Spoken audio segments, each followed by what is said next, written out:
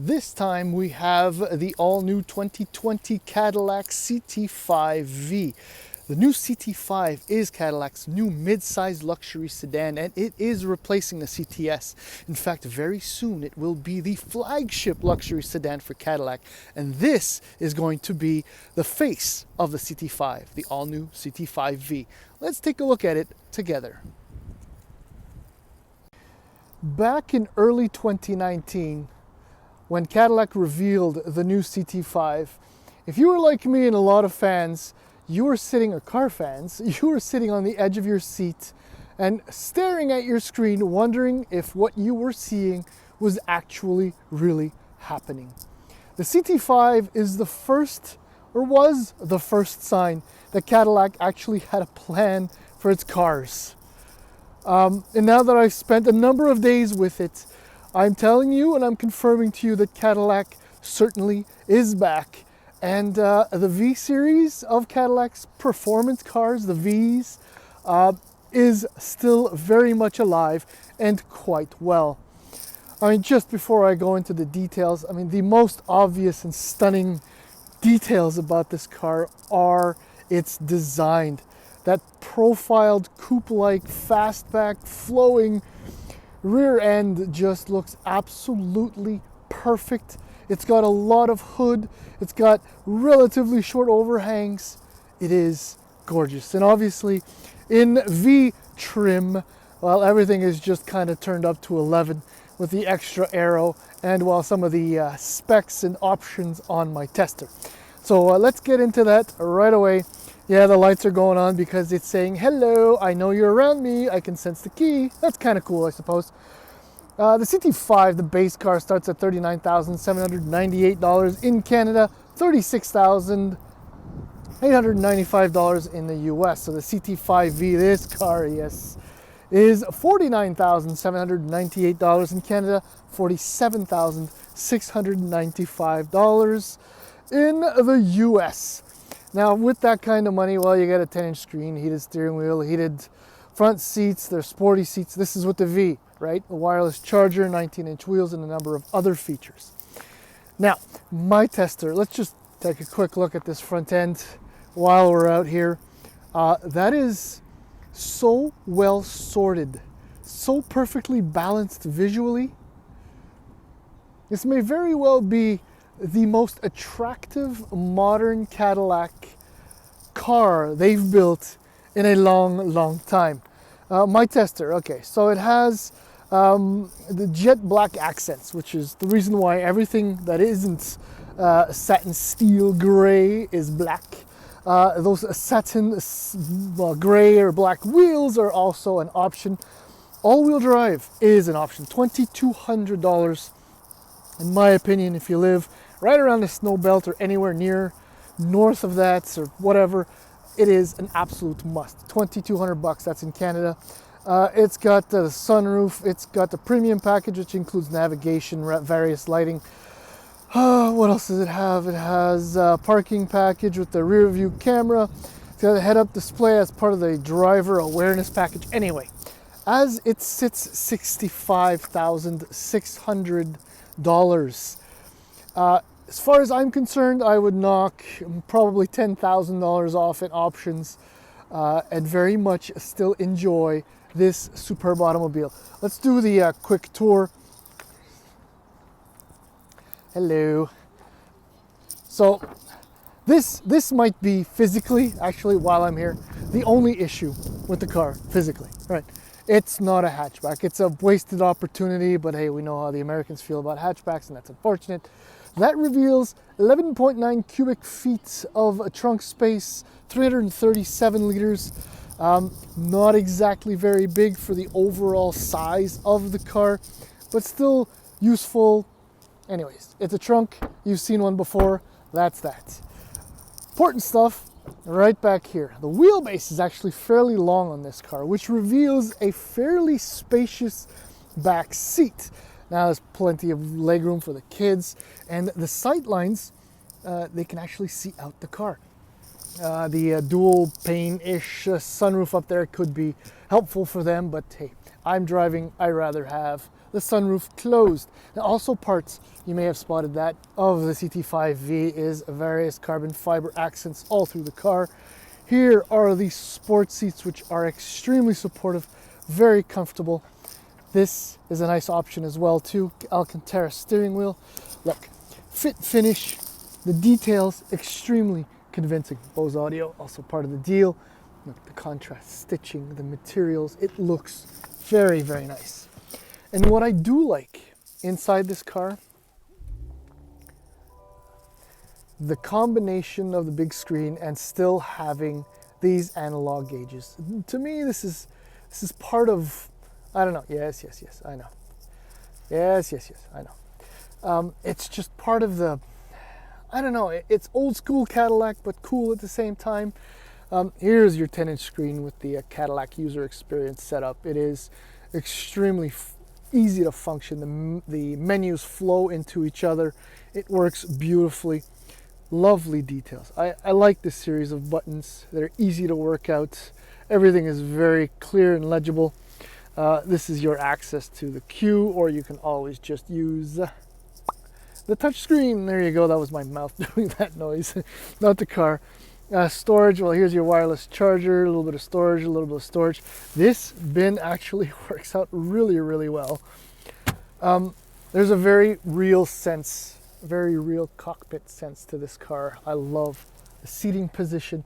Visibility, however, you can see what I'm seeing. That does hamper your left-hand turn, but otherwise, it's still quite good. Rear camera mirror, if you've never seen what it does, there you go. There's a camera in the back where you can actually toggle from one view to another. I still have a hard time focusing on what it is or realizing what I'm actually looking at when I'm looking at that, so thankfully we can just go back to the old stuff.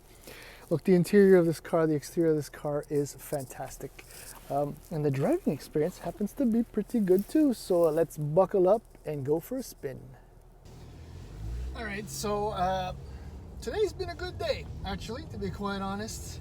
It's essentially Cadillac Day, because earlier today I was driving around in a brand new 2021 Escalade, and after getting back behind the wheel of this thing, it's quite obvious that Cadillac is extremely serious and they're taking their game to the next level. And to be quite honest, I'm very much enjoying driving the CT5-V, probably a little bit more than I actually thought. But yeah, so what makes a CT5-V what makes a CT5-V a CT5-V? Well, the first thing you do is you ditch the 2-liter turbocharged 4-cylinder engine and you replace it with a twin turbocharged 3-liter V6. It's also available in the non-V, but it has less power. In the V, you get the 360 horsepower at 5,400 RPM and 405 pound-feet of torque from 2,350 to 4,000 RPM.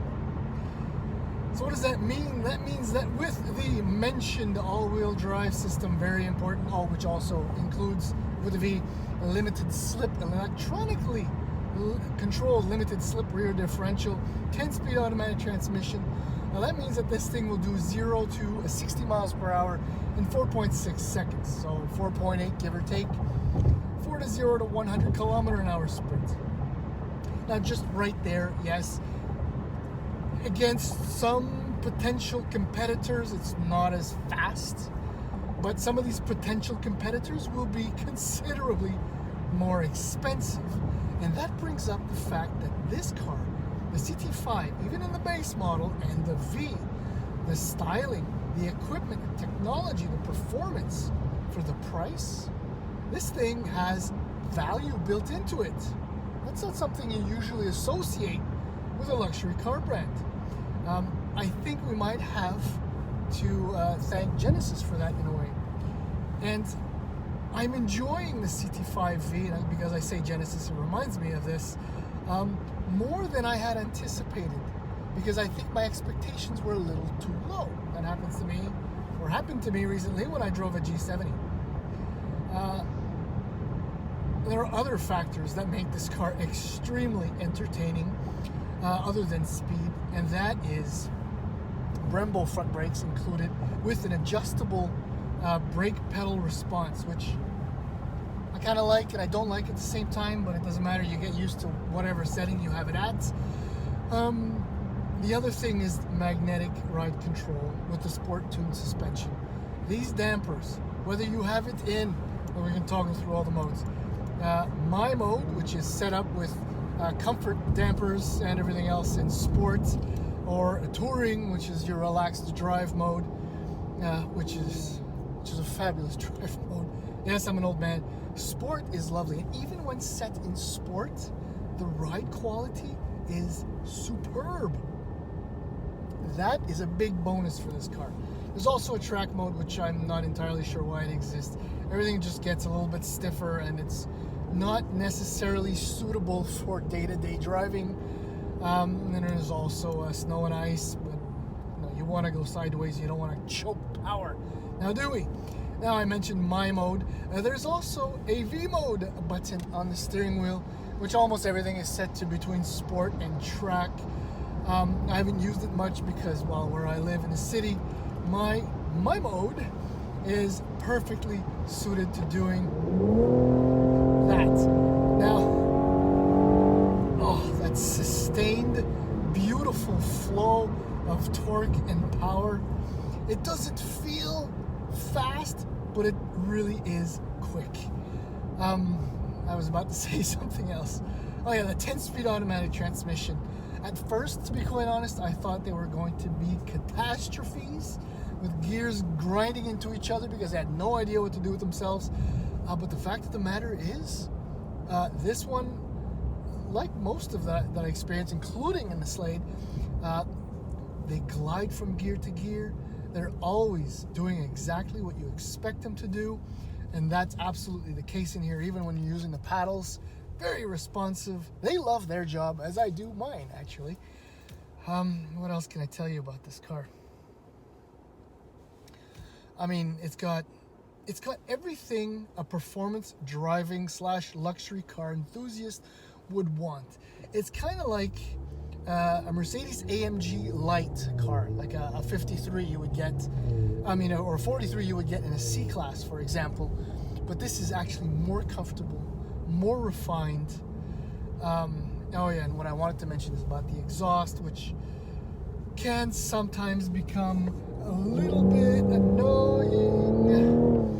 But look, you can also toggle through various intense and track and sport, sounds, whatever. Tailor it to your preference. My preference is, on the CT5-V. I am very, very much enjoying this car. It is, it's just well sorted. Like the front end I was telling you about, was visually well sorted out. This car is absolutely, perfectly what it's supposed to be. And for that, I think Cadillac did an extremely good job. And it's definitely worth your attention.